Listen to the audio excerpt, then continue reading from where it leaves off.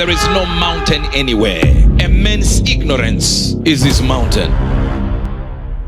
Welcome to SpiritCurrents. In today's message, Prophet Uebert Angel reveals a life-changing truth.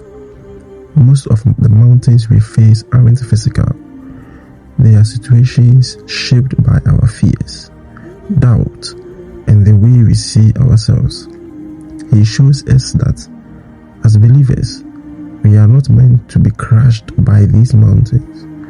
We are called to speak to them and overcome them. Stay with us as we uncover how to stop borrowing tomorrow's worries and start conquering every mountain in your life. Don't forget to subscribe, hit the like button, and share your thoughts in the comments below, because we love hearing from you. Not wasting much time, let's get right into the video. This is not about a mountain, it's about situations that look like mountains. And David said unto him, how wast thou not afraid to stretch forth thine hand to destroy the Lord's anointed? And David called one of the young men and said, go near and fall upon him. And he smote him, and he died. And David said unto him, thy blood be upon thy head, for thy mouth hath testified against thee, saying, I have slain the Lord's anointed. And David lamented with his lamentation over Saul and over Jonathan his son. Also he bade them teach the children of Judah the use of the bow. Behold, it is written in the book of Joshua, the beauty of Israel is slain upon the high places. How are the mighty fallen? Remain there. Notice what it says. It says there was a problem. We were destroyed in a certain location. Don't tell it to the people in Gath. Publish it not in the streets of Ashkelon, lest the daughters of the Philistines rejoice, lest the daughters of the uncircumcised. So verse number 19 is talking about how Israel was destroyed. They were fighting battles and they were beaten behind the mountain of Gilboa. But I want you to understand that the prophet doesn't speak to the soldiers that failed the war. No. His problem is not with the soldiers.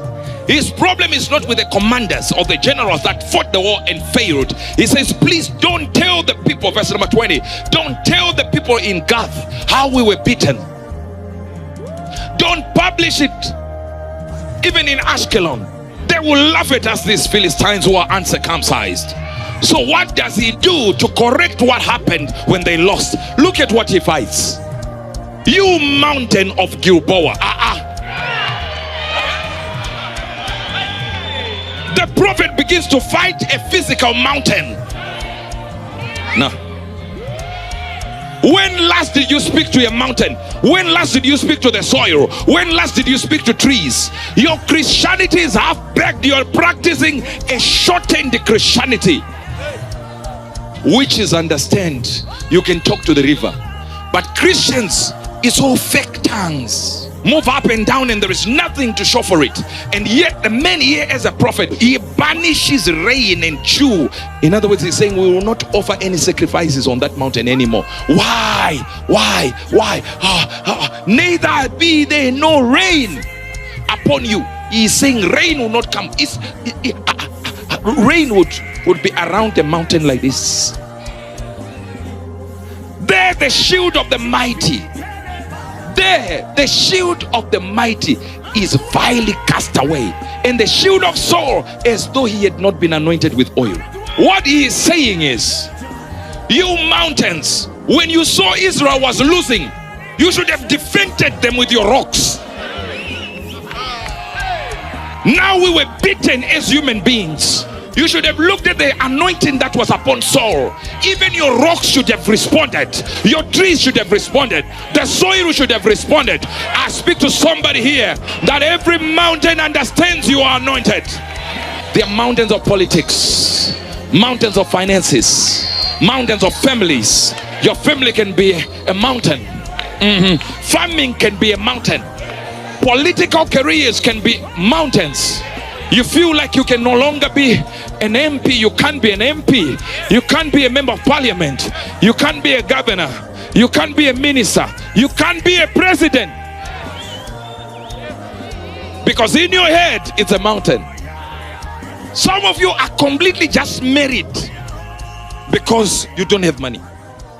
The day we give you a little bit of money, have you not noticed that most people that are rich, even in your towns now, and they're driving the big cars, it's either they are on their second marriage or they are not married at all. Why? Because it was a mountain that they didn't know they can conquer without a man. So they needed a man to conquer the financial mountain. But I have results here by God that prove to me that you can have that mountain of finances. You can take over the mountain of finances without a man, without a woman, without anything. And your relationship with your boyfriend, your man, your woman is simply based on, I need a relationship. Hear this. So the word El Shaddai, if you change from etymology, the way the building blocks of that word, Shadu, Shaddai, Shadu, means the mountain. It means God who is a mountain.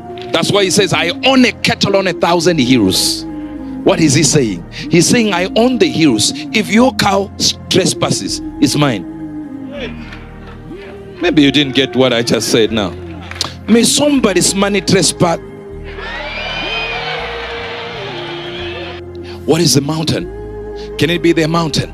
Dr. Paul Brandt was around, the place of India, and he had his mother fell and broke a hip. Are you hearing this? Broke a hip. And the villagers took these sticks, put him in something like a stretcher, a makeshift stretcher, and carried her to the house.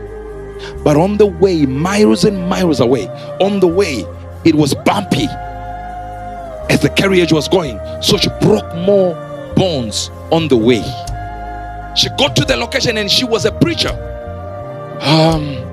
and as a preacher she faced now a mountain. She cannot travel to minister where she was supposed to minister. So in the house she would take 2 sticks and hop from one location to cook for herself, to prepare food until the son came and said, Mama, you need to rest. She said, I cannot rest, and I still need to preach. He said, how are you going to preach? And she called 2 villagers to find a rope, carried her on a stretcher against a rock, and they tie her to a rock. No movement, the legs not stepping on the ground, and she would preach for hours tied to a rock. No mountain could stop her love for Jesus. Yes, we can argue that she needed healing. We can argue that. But the reality is, though she was not receiving a healing, she said, my mountain is now preaching with all my body intact. I need somebody to tie me to a rock. As long as I preach it, I'm okay. I can preach it on the mountain, preach it in the valley, preach him broke, preach him everywhere, preach him depressed, constant in season and out of season. A mountain became a testimony. What is your mountain? Most mountains that you think are your mountains are based on how you look at someone and say, this one's life is moving well. You are blaming yourself and blaming what you did in the past, that you're thinking this is the reason why you don't have a child, and you're so angry because that's your mountain. But do you realize that it became a mountain because you saw 2 people that actually have 2 sons, and while they're holding their 2 sons like this, one is gay and another one is trying to figure out whether they are there or not yet. The reason why you are troubled about tomorrow, today, is because you are also thinking of tomorrow. You have borrowed the problems of tomorrow and put them in today. If I give you 200 now, you will not suffer. $200. The suffering will be, what am I going to do tomorrow if I have only 200? If I give you $10 now, you will think a loaf of bread and this will do it. But tomorrow. So you are borrowing the worries of tomorrow and they become a mountain. Sufficient unto the day is the evil thereof. I'm here to announce that the longest recorded storm on earth was only 28 days. Why is your storm taking 3 months? Some of these things, you are overthinking your mountain. You are taking this thing and borrowing next year's problems to today. So you are posting it to your day and start experiencing it. How will my children survive? I don't know how my children will survive. Listen to me. We are all like you. Even when we get millions, we are still like you. Because those millions, we use them. And we get to a point where we are left with zero in the account. Just like you. But yes, we can sell here and there so that we can have liquidity. But the reality is, we are just like you. But like you at a higher level. So while you might lack 20,000 or $20, I might lack 20 billion. So imagine on zero and I'm thinking, what if all my businesses don't work? How will I take care of my children? But I've learned something. Tomorrow is the one anointed to worry, not me. I'm not anointed to worry. I walk wherever I walk with a straight head, straight shoulders, and I square my shoulders and I walk. I make a big entrance sign. Wherever I am, it doesn't matter, there is no dollar. I'll make a big entrance. And when I get in, you will give me. I went with my brother here, Evangelist Lee. I went with him to our rural areas. We decided, let's go to the rural areas where our father comes from. Just drove at night with my team, turned around in the dark. I think it was around 1 or 12 midnight. Yeah. In the dark, there is no house nearby. It's just a road. We did a turn like this, went back. In the dark, no house, no one saw us. Following day, we went to Chireze Road. As we got there, one of the businessmen, they came, and as he was talking to us, and he said, can I talk to you? You know, Papa, I want to talk to you about something. There are 2 people that have been sent by the MP of the location you went to yesterday. I said, it was at night, around 12 midnight. Yes, sir. Nobody saw it. So he was asking if it's possible for me to negotiate with you. Please don't take his position.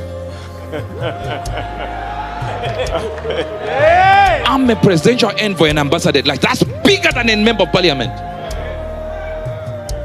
Why would I want to demote myself? But he is thinking, this is your position and you take mine as well. Just imagine somebody afraid of their own position, that they are willing to negotiate just by driving past his constituents. We are not taking mountains. We are the mountains. Yes, sir. Somebody here under the influence of my voice, you are the mountain. I have no ambition to be in the military. I'm already a major in the military of God. There is no ambition anywhere. But our positions, when we get there, they know mountains are going down. Give me this mountain.